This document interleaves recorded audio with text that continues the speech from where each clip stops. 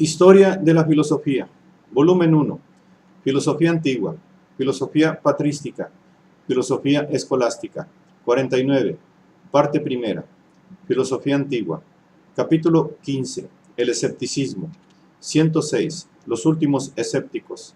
Esta es una obra del maestro Nicolás Abagnano.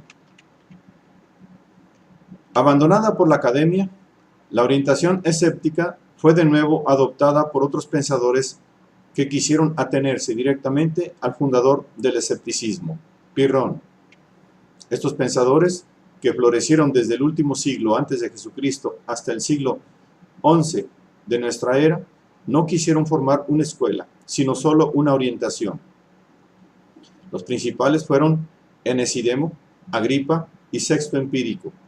Enesidemo, de Gnosos, enseñó en Alejandría. Escribió 8 libros de discursos pirronianos que se han perdido. De las repetidas afirmaciones de Cicerón, que considera apagado el pirronismo en su tiempo, se deduce que Enesidemo debió empezar su actividad después de la muerte de Cicerón. Según Sexto Empírico, el escepticismo era considerado por Enesidemo como un camino hacia la filosofía de Heráclito. El hecho de que los contrarios parecen pertenecer a una misma cosa conduce a admitir que son verdaderamente una misma cosa.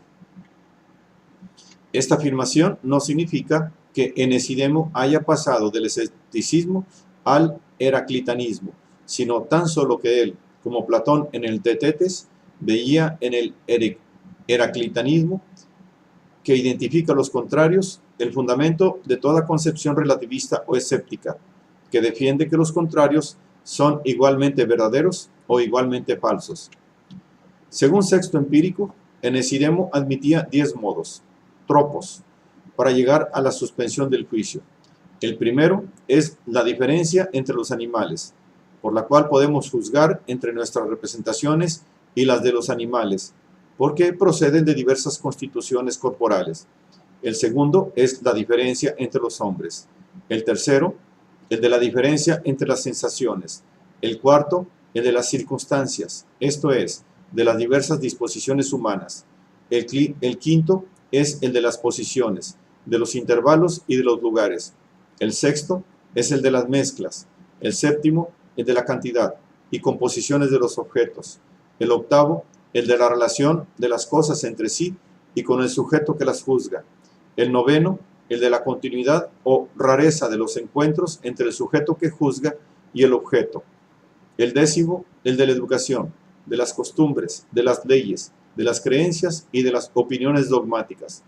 Cada uno de estos modos establece la diversidad en los conocimientos humanos y la equivalencia de los conocimientos diversos, que se obtienen según la diversidad de los mismos modos. Si las sensaciones son diversas, tercer modo, para los diversos hombres, segundo modo, o en diferentes circunstancias, cuarto modo, ¿cómo se puede distinguir entre la verdadera y la falsa? Si los objetos parecen diferentes, según se presenten mezclados o sencillos, sexto modo, o en el número mayor o menor, séptimo modo, o según se presentan aislados o en relación, octavo modo, o raramente o frecuentemente al hombre, noveno modo. ¿Cómo se puede decidir cuál es la verdadera realidad del objeto? No queda, pues, otra posibilidad que suspender el juicio. Lleva a esta misma conclusión la consideración de la diversidad entre las creencias y las opiniones humanas, diversidad que hace imposible decidirse por una u otra de ellas. A Agripa, de quien no se sabe nada, Sexto Empírico atribuye otros 5 modos para llegar a la suspensión del juicio, modos de carácter dialéctico, útiles sobre todo para refutar las opiniones de los dogmáticos. Primero, el modo de la discordancia, que consiste en demostrar una disparidad que no puede superarse entre las opiniones de los filósofos y por consiguiente la imposibilidad de escoger entre ellas.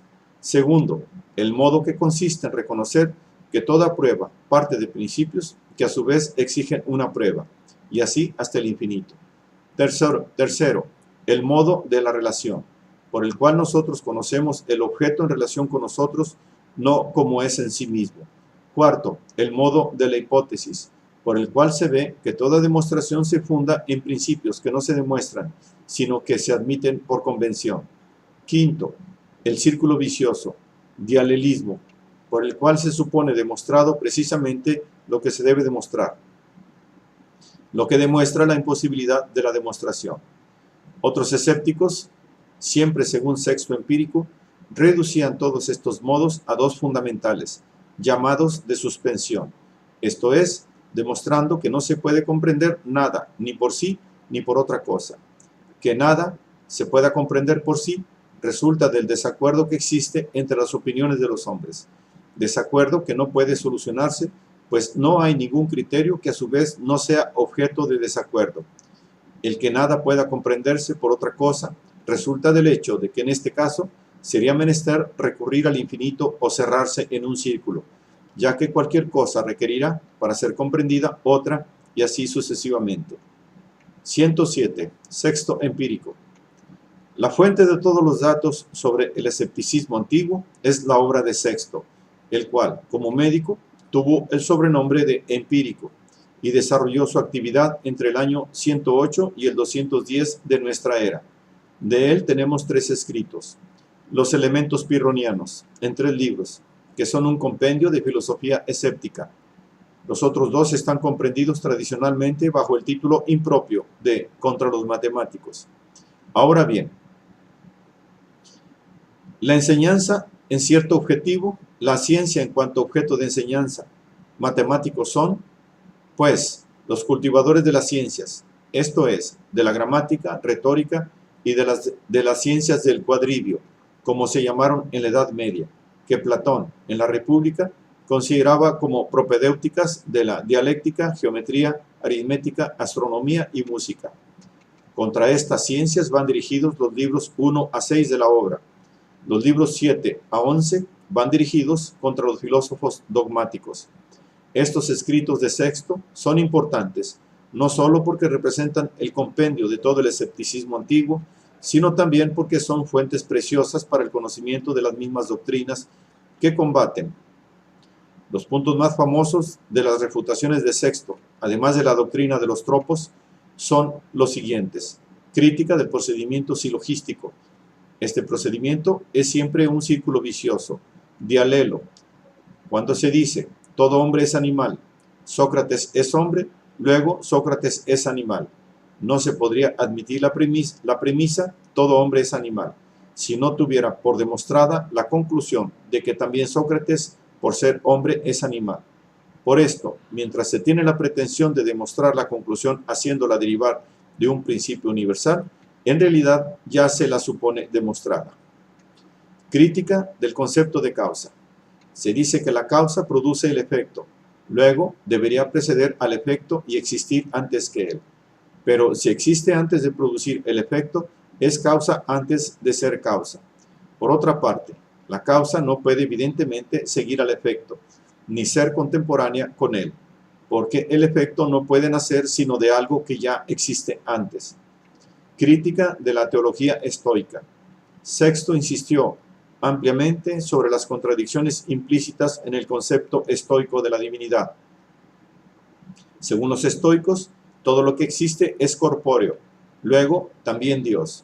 Pero un cuerpo o es compuesto y está sujeto a descomposición, siendo así mortal, o es simple, y entonces es agua o aire o tierra o fuego. Dios, por consiguiente, debería ser mortal o un elemento inanimado, lo cual es absurdo. Por otra parte, si Dios viviera, sentiría, y si sintiera, recibiría placer y dolor. Pero dolor significa turbación, y si Dios es capaz de turbación, es mortal. Otras dificultades se derivan de atribuir todas las perfecciones a Dios. Si Dios tiene todas las virtudes, también tiene valor, pero el valor es la ciencia de las cosas temibles y no temibles. Por tanto, hay algo temible para Dios, lo cual es absurdo. Sexto Empírico se servía de todos estos argumentos para reforzar la postura escéptica de la suspensión del juicio. En la vida práctica del escéptico debe, según Sexto, seguir las apariencias de los fenómenos. Por esto son 4 las guías fundamentales: las indicaciones que la naturaleza le da a través de los sentidos, las necesidades del cuerpo, las tradiciones de las leyes y de las costumbres y las reglas de las artes. Con estas reglas, los últimos escépticos intentaron distinguirse del criterio sugerido por la academia media, de la acción motivada o razonable. Según Sexto, la diferencia fundamental entre el escepticismo pirroniano y el de los académicos es esta, que mientras los académicos admiten que saben solo que no es posible saber nada, los pirronianos evitan esta afirmación y se limitan a la búsqueda. Sexto Empírico quiso, en otras palabras, realizar el ideal de una investigación que sea solamente búsqueda, sin punto de partida ni de llegada.